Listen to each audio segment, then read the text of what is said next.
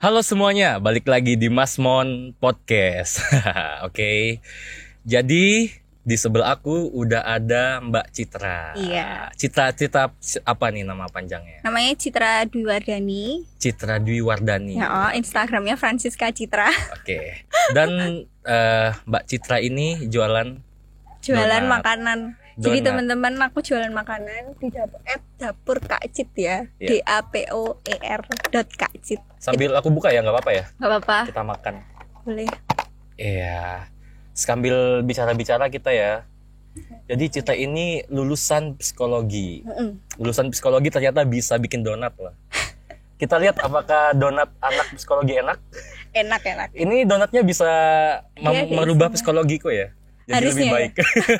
Merubah moodku menjadi Ada lebih baik. sugestinya di Ada dalamnya. sugesti ya, gila. Ada psikologi bikin produk, ada sugesti Ada di sugestinya. dalamnya. Iya. Duh, sambil ngomong kita nggak apa ya. Jadi Mbak Citra habisin makanannya dulu deh.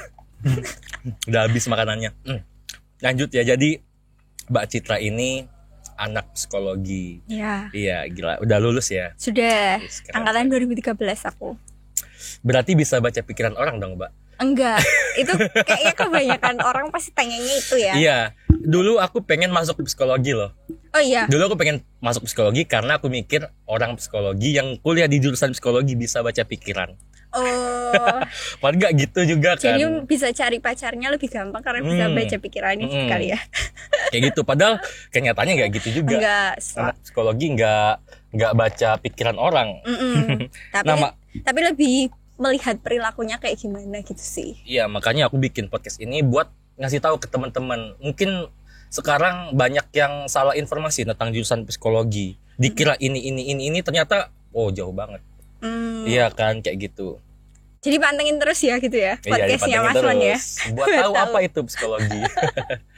Jadi Mbak Cit, aku panggil Mbak Cit ya. Ya boleh. Mbak Cit, kuliah di jurusan psikologi itu belajar tentang apa sih? Kalau ditanyain belajar tentang apa tuh pasti belajarnya tentang perilaku manusia karena psikologi sendiri itu ilmu tentang mempelajari perilaku manusia. Perilaku manusia. Kayak gimana yang nantinya bisa dianalisis lagi, bisa tahu jadi kepribadiannya kayak apa, terus bisa tahu dia seperti apa, terus itu bisa menunjang SDM di perusahaan itu harus gimana, Oke. dipilih yang seperti apa kayak gitu sih. Jadi perilaku, bukan Perilaku. apa yang ada di pikiran orang. Bukan. Jadi dari perilaku itu kan bisa dianalisis untuk tahu misalnya kayak misal orang bohong tuh ciri-cirinya kayak gimana. Nah, itu kan dari perilakunya misalnya waktu ngomong menyibakkan apa rambut Oke. atau misalnya ngomongnya nggak bebas atau kayak gimana. Terus kalau misalnya deg-degan gitu waktu diwawancarain, kadang kan kita goyangin kaki, berarti itu ada kecemasan kayak gitu sih. Jadi ya aku dulu juga mikir, psikologi ini baca pikiran, tapi kita lebih baca perilaku orang. Kita bisa tahu dia tuh kayak gimana dari apa yang dia perbuat gitu. Betul. Gitu. Dan juga ada tes-tes gitu juga nggak sih? Iya ada. Kan, ya? Jadi kan kalau psikologi itu dia kan bagiannya banyak ya. Kalau misalnya ambil S1 psikologi ya. Iya. Nah itu kan ada, kalau misalnya penjurusannya itu ada klinis. Klinis itu nanti ada perkembangan kayak gitu. Bentar, klinis itu apa dulu? Klinis itu jadi lebih fokusnya itu ke pelajaran tentang manusianya. Kalau SD, jadi kan ada klinis, ada PIO. PIO itu perusahaan dan organisasi. Nah, kalau klinis itu lebih kayak misalnya tentang kejiwaan. Jadi kayak perkembangan anak gitu. Terus habis itu rumah tangga dan sebagainya. Itu nanti masuknya di klinis. Terus juga ada sosial. Kalau sosial itu lebih kayak hampir sama kayak antropologi gitu sih. Jadi kayak nanti bisa masuknya ke LSM dan sebagainya, itu lebih ke sosial. Nah gitu. Jadi kalau misalnya ada yang tanya S1 psikologi belajarnya apa, belajarnya itu tiga-tiganya itu kita belajar. Tiga-tiga itu di S1. Di S1. Tapi nggak milih kan, itu semuanya dipelajarin. Iya, karena kalau di S1 psikologi itu masih general. Jadi bukan modelnya bukan kayak mungkin kayak manajemen mungkin ada penjurusan ya dari awal ya. Nah kalau di kita tuh karena fakultas psikologi dan jurusannya psikologi, dari awal ya memang penjurusannya itu, nanti penjurusan itu akan dimasukkan di S2. Jadi ketika lulus terus kita misalnya pengen jadi psikolog klinis gitu ya, psikolog anak gitu, otomatis nanti S2-nya kita akan ambil anak kayak gitu. Oh, jadi itu wajib S2-nya ya? Kalau mau jadi psikolog ya. Tapi kalau mau kayak saya yang S1 aja, nah itu nanti bisa masuk ke perusahaan, itu masuknya di PIO. Walaupun S2-nya itu kita juga ada S2 PIO, perusahaan industri dan organisasi. Jadi kalau orang mau bikin tempat praktek misalnya psikolog gitu kan, itu nggak bisa cuma S1? Nggak bisa. Nah tergantung juga tadi psikolognya mau psikolog apa, psikolog perkembangan anak, masuk ke klinis anak dan sebagainya, itu apa mau psikolog yang lebih ke perusahaan. Nah itu nanti ada prakteknya juga ada, karena kan tesnya juga beda kayak gitu. Nah di S1 itu kita belajar semuanya, maksudnya nggak semuanya yang terus semua brek gitu ya kan pusing juga. Tapi kayak misalnya PIO gitu kan ada tes namanya tes Pauli, itu tentang ketahanan kayak gitu waktu bekerja. Nah kita belajar tuh di S1, tapi nanti di S2 mungkin diperdalam lagi kayak gimana.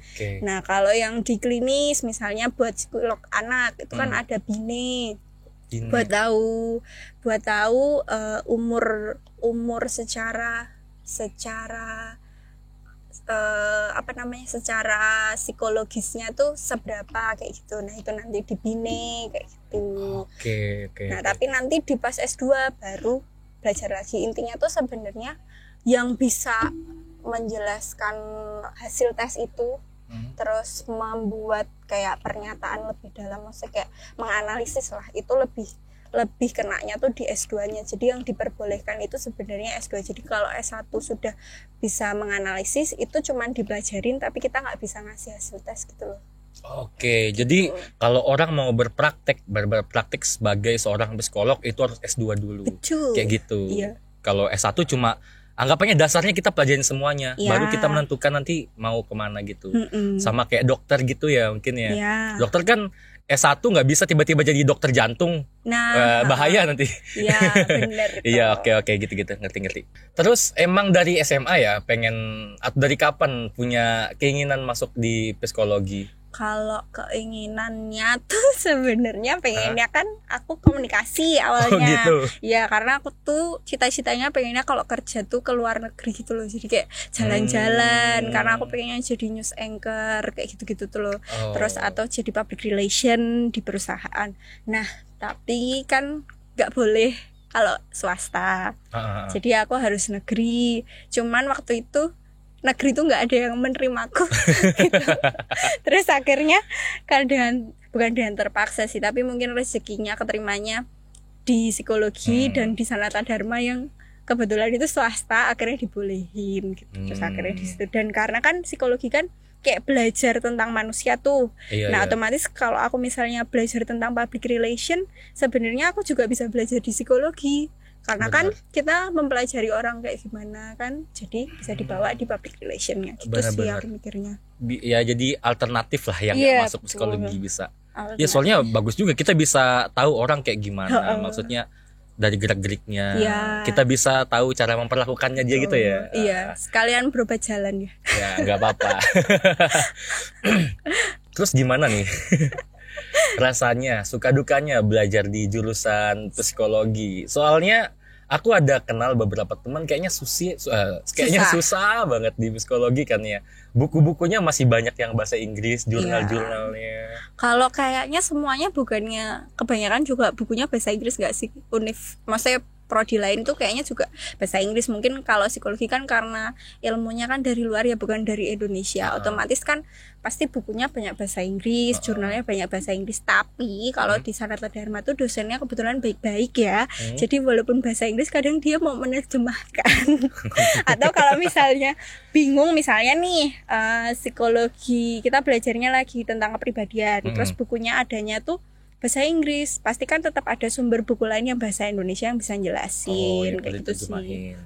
Terjemahin. Walaupun misalnya judulnya beda, tapi kan kita bisa belajar dari tempat lain. Cuman kalau jurnal emang nggak bisa ya, kalau misalnya mau nyari jurnal bahasa Indonesia tuh kebanyakan dosennya mintanya jurnal bahasa Inggris. Susahnya di situ sih. Terus habis itu susahnya lagi kalau S1 itu kan masih semester 1 semester 2 tuh masih seneng-senengnya lah, masih ya walaupun berangkat jam 7 pulang jam 4, tapi itu kayak masih. Iya, masih bahagia, terus masih tugasnya masih santuy ya. Tapi nanti masuk semester 3 terus ke semester 6 itu tuh banyak kita tes-tes praktikum dan sebagainya. Nah, itu yang rada berat sih di situ. Soalnya kan nggak cuma tes tuh tugasnya, pasti kan ada tugas kelompok di mata kuliah lain kayak gitu sih. Kalau praktikum di psikologi tuh ngapain sih tugas-tugasnya? Kalau praktikum itu biasanya kita tuh cari misalnya tes BINI ya.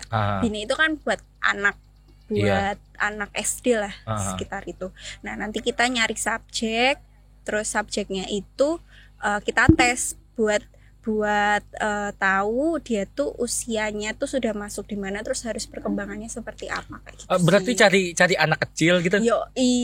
Kayak gitu. Nah, kadang kan kalau kita nggak punya temen atau nggak punya tetangga yang punya anak kecil kan juga bingung ya kayak terus gimana tuh? Gimana cari anak kecil tuh? Nah, kalau aku dulu tuh karena kita struggle bersama ya setiap angkatan, jadi kita saling membantu gitu, kayak kamu ada subjek nggak kayak gitu. Terus ada nanti subjek nggak gitu ya? Iya, terus kadang ada yang sampai nungguin di SD kayak seriusan gitu. Iya, kita kamu ke SD gitu maksudnya? Iya, temanku sih, kalau aku tuh kebetulan dikasih temanku subjeknya gitu. Jadi kayak aku kebingungan kan, otomatis nyari di grup angkatan tuh ada nggak ya ini gitu kan. Terus ini ada nih 2, nanti kita tesnya bareng aja ya kayak enggak gitu. aku mikir anak psikologi ini udah kayak perdagangan orang gitu. Ada orang nggak buat dites? Iya, makanya terus kayak gitu sih. Terus kadang kan orang tuanya juga jadi kayak ngapain anakku dites kayak gitu kan, kadang mikirnya aneh-aneh kan. Makanya kita harus kayak membangun kepercayaan gitu loh ke orang tua. Orang tua pasti nggak mau ngasih ini anakku tes aja kan, nggak mungkin. Iya, makanya jadi memang habis udah dapet terus nah terus udah gitu nanti waktu dites itu kan otomatis kita harus membuat moodnya anak itu bagus kan. Karena tesnya itu kan kayak ada pengetahuan kayak gitu loh. Kan itu kan nggak bisa tuh nanyain misalnya, Dek ini gini gimana kayak gitu kan, nggak bisa kan, pasti ada. Jadi kayak kalau aku dulu tuh kayak misalnya aku nyiapin snack kan, terus duit lagi ya kan, terus nanti jemput anak kan, kalau misalnya nggak naik gokar apa-apa kan duit lagi ya kan. Terus habis itu nanti kan habis selesai tes juga pasti bayarin makan. Masa yang mau bayarin yang biasa-biasa kan pasti duit lagi. Iya, dijajanin gitu. Lagi anak kecilnya. Tapi nggak apa-apa sih. Terus habis itu kan pas tes itu kan nanti dia kan otomatis aku tanyain, misalnya aku tanyain apa ya yang hal sepele, misalnya kamu suka ini apa ini. Nah, itu kan nggak mungkin, Dek kamu coba pilih ini apa ini kayak gitu kan, nggak mungkin. Pasti cara ngomongnya juga harus beda. Terus pas anaknya udah gelegotan gini-gini udah males gitu kan, kita juga harus kayak gimana. Nah, kalau aku dulu tuh, Dek mau snack gak, aku bilang kayak gitu. Jadi kalau dia udah males gitu-gitu, ini loh. Terus kadang kan misalnya temennya yang sebelahnya tuh misalnya sama-sama satu kelas gitu ya, terus dia udah selesai, karena kan itu kan kayak tesnya tuh nanti naik terus gitu toh, naik dari fase apa kayak gitu toh. Terus nanti nggak bisa jawab kan, berarti udah ini maksimalnya di segini kayak gitu. Nanti yang di bawah sendiri maksimalnya di mana kayak gitu kan. Nah, ternyata si temennya tuh udah malas kan, dia keluar. Nah, anak ini yang tadinya lanjut terus udah temennya tuh kayak terus disalah-salahin gitu loh kan. Iya ngerti. Nah, kayak gitu sih, makanya kita harus kayak bisa bikin moodnya tuh enak gitu loh. Dek kalau gini terus dibawa kayak itu tuh bukan pertanyaan, jadi kayak sambil ngobrol gitu. Iya, tapi ada orang dewasa juga yang dites ya? Ada, bisa juga gitu? Bisa juga. Biasanya kalau kemarin itu aku ada yang anak SMA, sama yang satunya tuh tes proyektif itu aku anak kuliah. Anak kuliah. Kalau anak kuliah kayaknya lebih gampang deh ya. Kalau yang anak kuliah tuh namanya TAT, jadi tuh kayak nanti diliatin gambar terus suruh menceritakan kayak gitu. Jadi kayak nanti dari gambar itu, dari jawabannya kita harus menganalisis. Nah tapi balik lagi kalau S1 kan belum bisa ya kita buka praktek dan menganalisis dan ngasih jawabannya. Nah kalau aku mau terus lanjut dan lebih mendalami itu berarti aku harus ambil S2 gitu. Aku mikirin anak psikologi ke SMA juga ya buat cari. Iya nggak sih, ada nggak? Kalau yang SMA tuh lebih kayak ke temen sih, kan otomatis kan kakak, misalnya kayak kamu kan misalnya punya adik gitu, nah itu nanti tukeran adik kayak gitu kan, tukeran adik, kamu adikmu udah pernah dipakai belum? Nanti aku. Gitu. Kok bahasanya kayak adikmu udah pernah dipakai belum? Dipakai.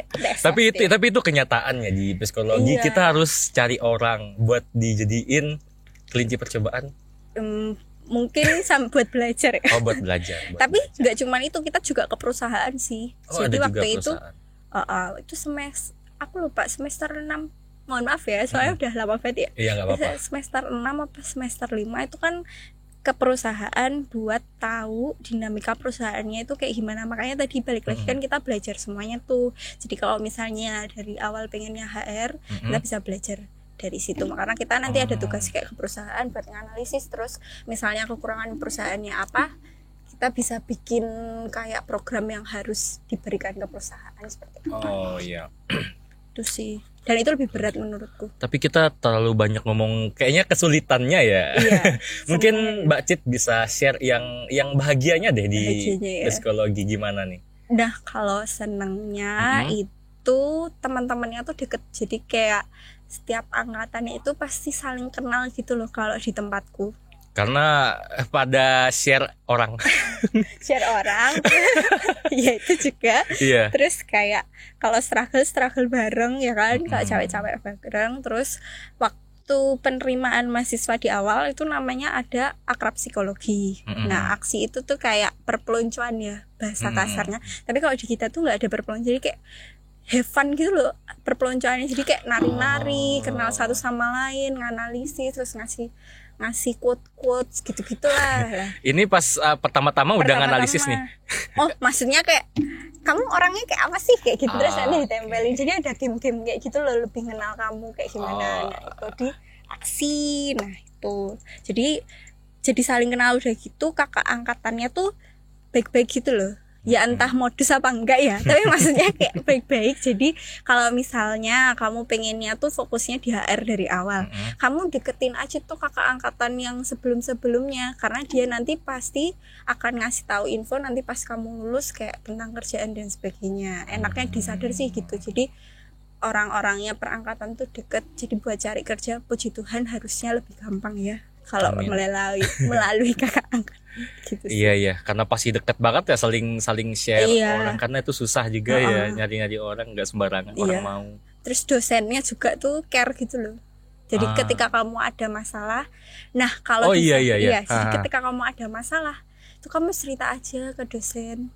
Terus yang menurutmu dosennya tuh ini, nah dia tuh akan dengan enak buat dengerin dan sebagainya. Iya, dosen psikologi kayaknya lebih bagus ya dalam hal menanganin mahasiswa. Yang ya sejauh ini aku rasanya gitu ya, karena aku belum kuliah di tempat lain, jadi kayak di psikologi ini sih. Mungkin teman-teman yang dengerin podcast ini, yang nonton podcast ini, ada yang pengen masuk ke jurusan psikologi ini, ada tips nggak atau saran dari kamu buat teman-teman? Sarannya dari awal tuh sebenarnya memang pasti kita bingung buat milih pengen jurusan apa. Maksudnya dari awal tuh apalagi SMA tuh kayak lihat temennya masuk sini terus jadi pengen ke sini. Dan menurutku dari awal kalau memang punya target hidup sesuatu dari awal tuh sebenarnya dipersiapin. Nanti kan ketika udah masuk ke psikologi, terus